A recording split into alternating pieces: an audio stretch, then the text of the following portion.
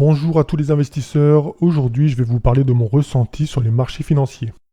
Plusieurs éléments me font penser que nous sommes en ce moment dans une bulle des marchés actions et je vais vous les détailler avec vous. Le premier élément est la valorisation excessive de certaines valeurs. On peut bien évidemment prendre l'exemple de l'action Tesla qui est l'incarnation même de l'ultra-optimisme de certains investisseurs qui payaient même plus de 1500 fois les bénéfices en 2020. Si nous regardons en France, nous avons aussi quelques sociétés très chères avec Citrad qui se paye plus de 100 fois les bénéfices, Neoan qui a atteint le prix de 1000 fois les bénéfices et Z-Group 210 fois les bénéfices et encore d'autres. Dans chaque pays, Chine, Inde, Allemagne, France, États-Unis, etc., certaines actions s'échangent à des prix extravagants. J'affirme que lorsque les indices des marchés montent en continu, poussés en très grande partie par quelques entreprises seulement, aux valorisations extrêmes, le premier élément est en place. Le second élément, c'est la multiplication des investissements des particuliers. Il est évident que lorsque tous les particuliers investissent sur les marchés pendant qu'une bulle est sur le point de se former, notre force de frappe est considérable et entraîne les marchés à la hausse. On l'a bien vu avec l'affaire GameStop où certains particuliers ont réussi à entraîner une hausse spectaculaire du cours en très peu de temps. Ne surtout pas négliger ce point-là. Ça ne veut pas dire que lorsque les particuliers investissent en masse sur les marchés, cela doit baisser parce qu'on est mauvais. Juste que nous avons également notre rôle à jouer dans la hausse des marchés et la constitution de la bulle. Beaucoup de particuliers investissent dans des ETF, c'est-à-dire un ensemble d'actions représentant par exemple un indice boursier ou même un secteur. On investit dessus comme on achète une action d'une entreprise, mais imaginez, investir en un seul clic dans un ETF ayant parfois plusieurs milliers d'entreprises elles-mêmes. La bulle continue sa formation, grossit, et le deuxième élément est en place. Le troisième élément, c'est la multiplication des introductions en bourse. Lorsqu'une bulle est en train de se former et que les deux premiers éléments sont en place, c'est généralement un ou deux secteurs qui en bénéficient. Tout le monde voit à raison dans ces secteurs un avenir radieux et investit sur les leaders. L'engouement que cela suscite fait également venir de nouveaux acteurs en bourse, rêvant d'une augmentation de leur valorisation rapide, profitant de la vague d'euphorie qui règne sur les marchés. Et lors de ces multiples introductions, certaines de ces valeurs fraîchement arrivées sur les marchés vont être la cible de spéculateurs. Les leaders ayant déjà explosé en bourse, ils vont rechercher parmi ces IPO quelles seront les entreprises pouvant devenir éventuellement un futur mastodonte. On peut voir cet engouement lorsque pour certaines de ces entreprises, ne gagnant parfois même pas encore d'argent, explosent à la hausse dès leur première journée de cotation ou première semaine. La soif des investisseurs et des spéculateurs ne s'arrête pas. Nous avons en ce moment même ces trois éléments qui font que la bulle est en place et grossit. Cela ne veut surtout pas dire qu'elle va éclater. D'ailleurs, une bulle n'est pas obligée d'éclater mais peut également se dégonfler au gré du temps. La difficulté lorsqu'on a identifié une bulle, c'est de savoir quoi faire. J'affirme qu'il n'est pas possible de savoir si elle éclatera ou se dégonflera, et encore moins la date du début de l'événement. Étant donné que lorsque ces leaders perdent 20 ou 30 ou 40% de leur prix, beaucoup de personnes, particuliers comme professionnels, y verront des opportunités d'investissement et les prix rebondiront et pourront éventuellement battre de nouveaux records faisant gonfler la bulle davantage.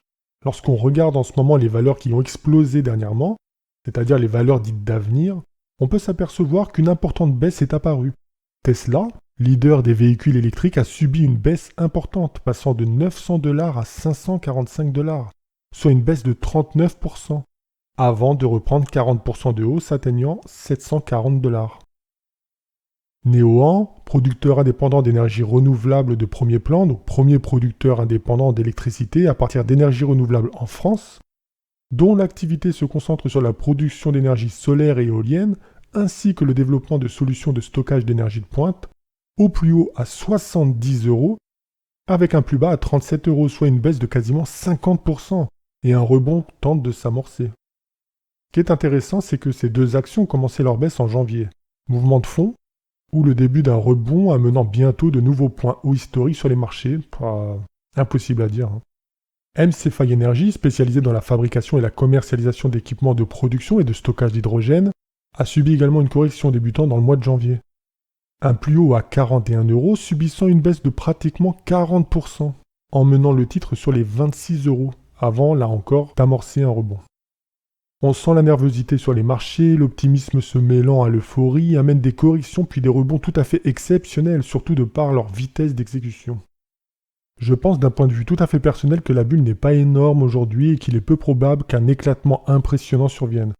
Tout au plus un dégonflement dont on en voit peut-être déjà les prémices sur certaines actions depuis janvier. Alors à voir si les rebonds vont continuer ou pas. Je pense également qu'il faut rester prudent, rester investi sur les marchés peut permettre de profiter du gonflement de la bulle, mais être suffisamment liquide me semble pertinent pour ne pas se faire avoir en cas de dégonflement ou d'éclatement. Sur les marchés, c'est peut-être rater de belles opportunités à court terme, et être 100% investi, on s'expose à une correction des marchés pouvant durer des mois voire des années. Je tiens à préciser qu'on est en plus de tout ça dans une configuration tout à fait profitable au marché actions. Ça veut aussi dire que le plus facile c'était hier, c'est aujourd'hui et pas demain. Ce qui risque de mettre à mal le prix des actions, c'est bien évidemment la montée de l'inflation. Les salaires ont tendance à avoir du retard sur l'inflation, ce qui amène un appauvrissement léger mais réel de consommateurs, ce qui impactera les ventes de certaines entreprises. En plus d'être dans une époque où le poids du chômage est relativement important, ça posera forcément quelques soucis. Il y a également la hausse des taux qui, à terme, rendront le marché obligataire de plus en plus intéressant, en contradiction avec le risque des actions qui sont dans une situation critique de fait des dettes importantes accumulées pour survivre aux multiples confinements et semi-confinements. Donc on peut envisager à terme un transfert de capitaux allant du marché des actions au marché des obligations. Et peut-être que finalement, le plus dangereux ne vient pas de cette bulle du marché des actions, mais peut-être les 3 bulles constituant certainement la plus grosse bulle de l'histoire de nos sociétés. La bulle du marché actions, on en a parlé, mais il existe bien évidemment la bulle du marché crypto-monnaie. Le leader, le Bitcoin, valant moins d'$1 il y a 10 ans, atteignant les 63 000 $ aujourd'hui, l'optimisme est à son maximum, imaginant atteindre même les prix de 71 millions de dollars à terme. La troisième bulle, c'est celle du marché immobilier. Depuis 10 ans, sur Internet, les formations pour expliquer comment devenir rentier, millionnaire ou multimillionnaire grâce à l'immobilier ont explosé. Une hausse alimentée également par un nouveau marché, le Airbnb, surfant sur la vague de l'immobilier rentier. Alors bien sûr, les prix en moyenne ont bien monté, à mesure que les taux n'ont fait que baisser. Mais si dans le calcul du prix de revient de notre logement, nous prenons en compte le coût du crédit, la hausse de l'immobilier devient bien moins importante. Le marché de l'immobilier est certainement le plus difficile à appréhender à cause de l'inflation. Si le prix de l'immobilier monte de 10% en 10 ans, on aura tendance à penser que les prix ont monté. Pourtant, si dans le même temps l'inflation a été de 15%, les prix auront en réalité baissé. Et le pire dans tout ça, c'est que les vendeurs paieront dans certains cas un impôt sur la plus-value réalisée qui n'existe pas. Une perte sur tous les plans. Le cycle économique de l'immobilier étant tellement long que bien souvent on oublie comment l'immobilier peut aussi baisser, et même fortement parfois masqué par une forte inflation. Ce qui pourrait arriver de pire selon moi, c'est que ces 3 bulles éclatent en même temps, entraînant un pessimisme généralisé, faisant des prix toujours plus bas, tout en faisant fondre le patrimoine de beaucoup de personnes. Donc pour en finir avec cette vidéo, je dirais que la prudence est de mise vraiment, et ce sur tous les supports. On ne gagne pas de l'argent en prenant un maximum de risques, mais en prenant le moins de risques possible. La personne ayant acheté 100 bitcoins à $1, donc 100 $ d'investissement seulement, n'a pris aucun risque, et si elle a été patiente, a aujourd'hui plus de 6 millions de dollars. La personne achetant du Bitcoin à 63 000 $ prend un très gros risque et gagnera moins d'argent que la première personne à terme. Je prends cet exemple car il est criant. Il faut prendre le moins de risques possible pour gagner de l'argent. Que ce soit dans l'immobilier, la crypto-monnaie ou les actions, vous devriez investir uniquement sur d'excellentes affaires, c'est-à-dire résilientes et le moins cher possible. Surtout à notre époque où absolument toutes les planètes sont alignées pour constituer et faire gonfler d'innombrables bulles. N'hésitez pas à commenter si vous avez des choses à dire et de mettre un pouce bleu si vous avez aimé la vidéo et même de la partager. J'ai mis les liens qui ont servi à faire cette vidéo en description et je vous dis à bientôt pour de nouvelles vidéos.